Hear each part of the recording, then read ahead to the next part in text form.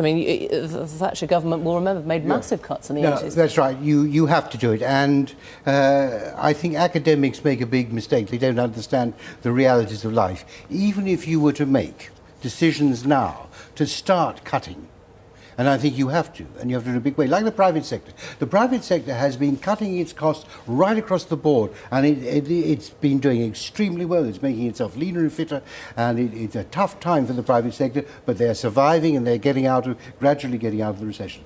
The public sector has really got to cut, and even if you took the decisions now, even if you announced them now and didn't play politics with the pre-budget report, as Paul Mason made it absolutely clear, that is what the present government is going to do.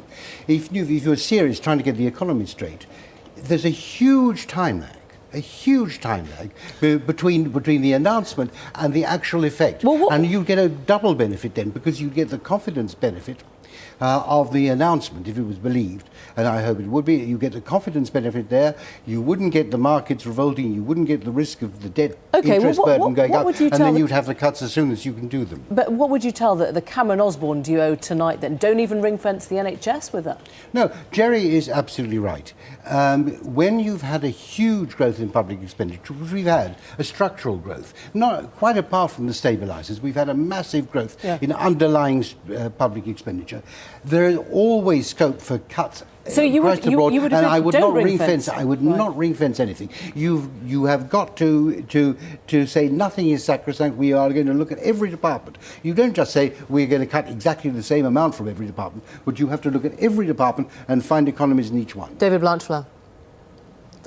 That's not right at all. The problem is actually not about public spending. First, public spending is what saved us. Actually, the problem we have is that revenues have fallen. And revenues have fallen because of the failings of the private sector. The government has had to step in, and it's actually about revenues. And if you can establish growth, then you can re-establish revenues. You don't cut away the thing that's supporting you. I mean, this is just crass nonsense. It's not about the failure of the public sector at all. It's literally about the fact that the financial markets failed, and now we've had to prevent ourselves going over a cliff. To argue it's about public spending is crass nonsense. So there's not much point in bringing in super taxes and windfall taxes then, if you're looking at lower revenues. Is Darling doing the right thing? Well, I think we have to deal with the fact that bankers' bonuses have gone too far, if you like. The country feels that the bankers and financial markets are what got us into the mess in the first place. And they feel that this is really unfair. They're hurting, unemployment's rising, they're taking pay cuts and pay freezes, their overtime shifts have been cut, and what they see are bankers taking very big bonuses. And essentially they don't think it's fair. And fairness really matters here. So here's an opportunity, if you like, on a once-off basis for the Chancellor to take a tax to those folks and perhaps put it to a purpose that's useful. Well, Jerry Robinson, a pure politics then, bread and circuses, isn't it? Yeah, I mean, I disagree so passionately about this that public spending's got nothing to do with it. Public spending's got quite a lot to do with it, and it's crass, I think, to blame the private sector entirely. Who regulates the private sector? Government regulates the private sector. What went wrong in banking was that regulation failed. So to just Which was Lord Lawson to start with, the lack of regulation. On the contrary, what David Blanchflower was saying, incidentally, about public expenditure is complete nonsense. Everybody knows except him. It's an eccentric view, shall I say? Very eccentric. Everybody knows that there was a huge structural budget deficit before the consequences of the recession. As for regulations, since you raised it and say I was responsible, in fact, I improved prudential regulation. I introduced the 1987 Banking Act, which greatly strengthened prudential regulation in this country, created the Board of Banking Supervision, superimposed it on the Bank of England, and then, unfortunately, when Gordon Brown got in, he destroyed the whole thing. David Blanchflower, you're being called eccentric in your views. Well, I think it's rather interesting that Mr. Robinson and Lord Lawson would actually say that that there was too little regulation. I thought they were against regulation. I think that's quite interesting. And actually to argue that it's not just regulation. It's about the right regulation. Would you mind letting me finish? Would you mind letting me finish?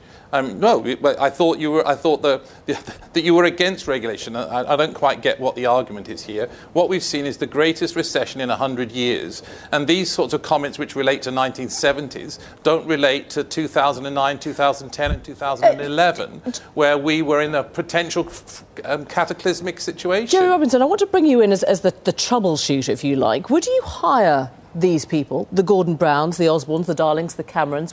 Do you believe that they are up to the job? I believe that they're hampered by the need to be re-elected. You know, you have to have a political system. So that's always the way, whoever you're talking about. It's always the way, but there are times when people take courageous action in politics, and this is a time for taking, to my mind, courageous action. I agree you can't solve this problem overnight, and you certainly, I've said it earlier on, you can't solve it by just saving money. You have to retain a feeling and a legal structure within the UK which encourages business to operate from here. I'm totally up for that, and I don't think you can get out of this quickly. I think it's a slow burn, and you do have to be careful that you don't kill any growth that's starting to happen. I understand all of that.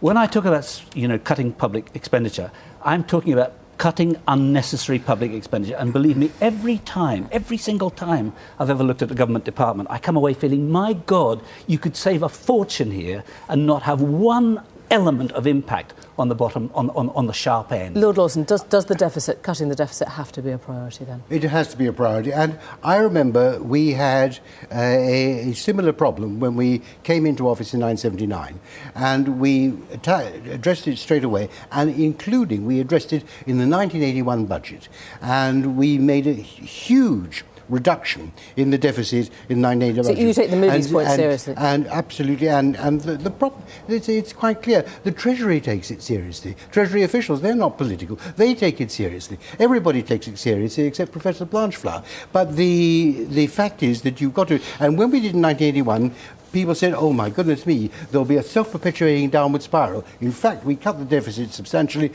and the economy went steadily upwards from that point. OK, thank you all very much indeed. Gentlemen, thank you. Coordinated car bombs in Baghdad have left at least 120 people dead tonight, hundreds more wounded. The attacks directed at government buildings came as the Iraqi government attempted to show it could defend itself before US troop withdrawal, setting a date for Iraqi elections next March.